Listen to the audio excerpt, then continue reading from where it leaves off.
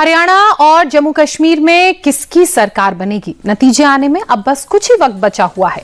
इससे पहले दावों का दौर शुरू हो गया है। ज्यादातर एग्जिट पोल में हरियाणा में कांग्रेस को बहुमत मिलने का अनुमान जताया गया है, जिसको लेकर कांग्रेस कैंप में जबरदस्त जोश है, उत्साह है। कांग्रेस ये मान चुकी है कि हरियाणा में उसी की सरकार बनने जा रही है। अब सिर्फ मुख्यमंत्री के नाम का ऐलान होना और उससे पहले मुख्यमंत्री का नाम तय होना रह गया है। भूपेंद्र सिंह हुड्डा ने कहा कि ना टायर्ड हूं ना रिटायर्ड हूं। पूछा गया कि क्या किसी नौजवान को मौका देंगे, तो उन्होंने कहा कि अभी तो मैं ही जवान हूं।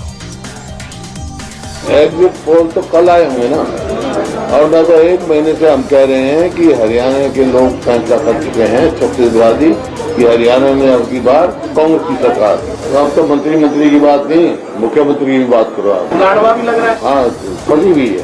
मुख्यमंत्री का सवाल यह है कि विधायकों के मत जाने जाएंगे और हाईकमान फैसला करेगी।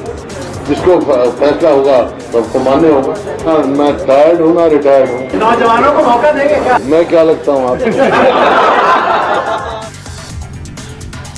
भूपेंद्र सिंह हुड्डा ने इशारों में अपना दावा तो ठोक दिया। वहीं कुमारी शैलजा ने खुलकर कहा कि कांग्रेस हाईकमान के सामने सारी चीजें रख दी गई हैं। कांग्रेस दलित और महिलाओं की बात करती है, इसलिए इस बार किसी दलित महिला को यह पद मिले तो बेहतर होगा। शैलजा ने कहा कि हरियाणा में कांग्रेस की जीत पक्की है। अब तक बातें चलती थी, डिस्कशंस होते थे, सारी बातें थी और सब बातें आपसे भी फ्रैंकली बातें हुई हैं। जो भी हैं एस्पिरेशंस होती हैं, उम्मीदें होती हैं पार्टी से, हाईकमान से, तो ये सब चीज़ें हैं जो पब्लिक डोमेन में हैं।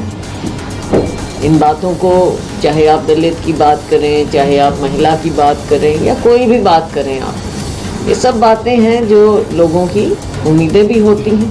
तो इसमें कोई शर्म की बात भी नहीं है, पीछे हटने की भी बात नहीं है और बहुत ज़्यादा आगे दिखाने की भी बात नहीं, क्योंकि ये सब बातें हैं, पब्लिक डोमेन में हैं और हाईकमान के संज्ञान में है। लेकिन सब चीज़ों का फैसला देखते हुए हाईकमान अपने विवेक से करेगा।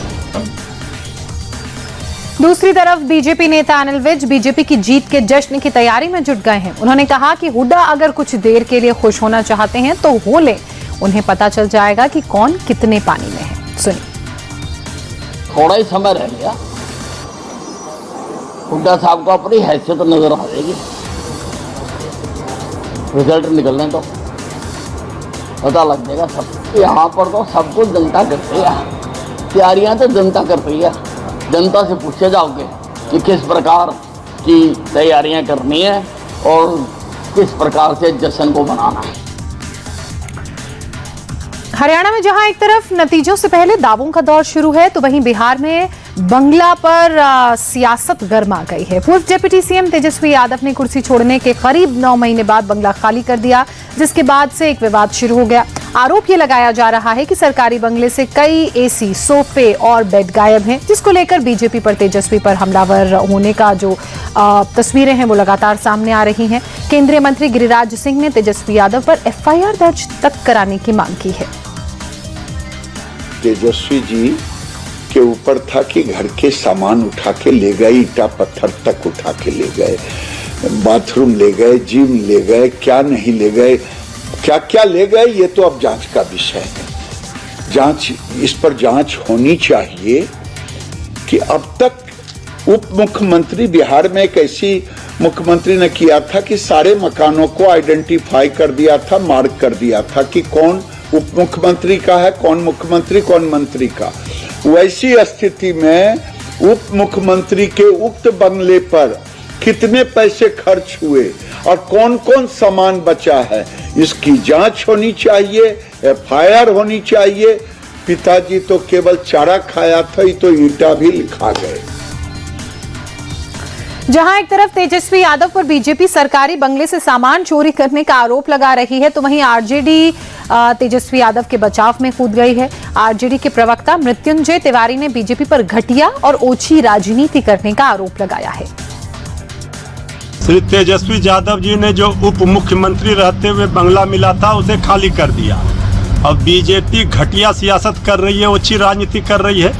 अब कह रही है कि तेजस्वी यादव जी एसी खोलकर चले गए, बेड लेकर चले गए। इसी से पता चलता है ये तेजस्वी यादव जी के फोबिया से ग्रसित हैं। इतना गिरा हुआ राजनीति, निचले स्तर पर राजनीति बीजेपी ही कर सकती है, ये जनता सब देख रही है। अगर बीजेपी को चाहिए कि तेजस्वी यादव जी ही उनके बंगले में एसी लगा दें और बेड पहुंचा दें तो वो कर देंगे।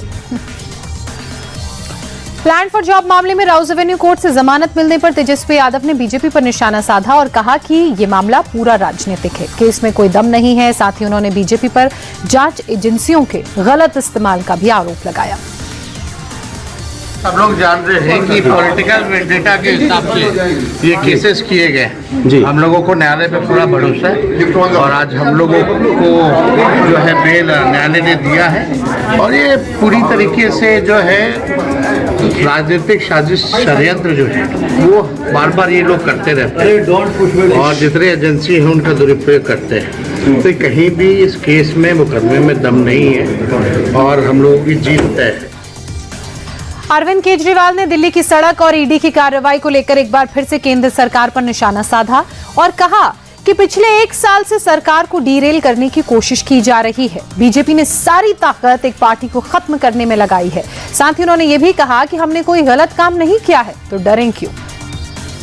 ये समझ नहीं आ रहा, मतलब ऐसे ये कोई भ्रष्टाचार के खिलाफ तो जांच चल नहीं रही। जाहिर तौर पे इन्होंने मेरे को गिरफ्तार कर लिया, इन्होंने संजय सिंह को गिरफ्तार कर लिया, इन्होंने मनीष सिसोदिया को गिरफ्तार कर लिया, इन्होंने सत्येंद्र जैन को गिरफ्तार कर लिया, इन्होंने विजय नायर को गिरफ्तार कर लिया, इन्होंने विभव को गिरफ्तार कर लिया, इन्होंने आज संजीव अरोड़ा के ऊपर ईडी की रेड कर दी। तो ये कोई भ्रष्टाचार के खिलाफ जांच थोड़ी चल रही है।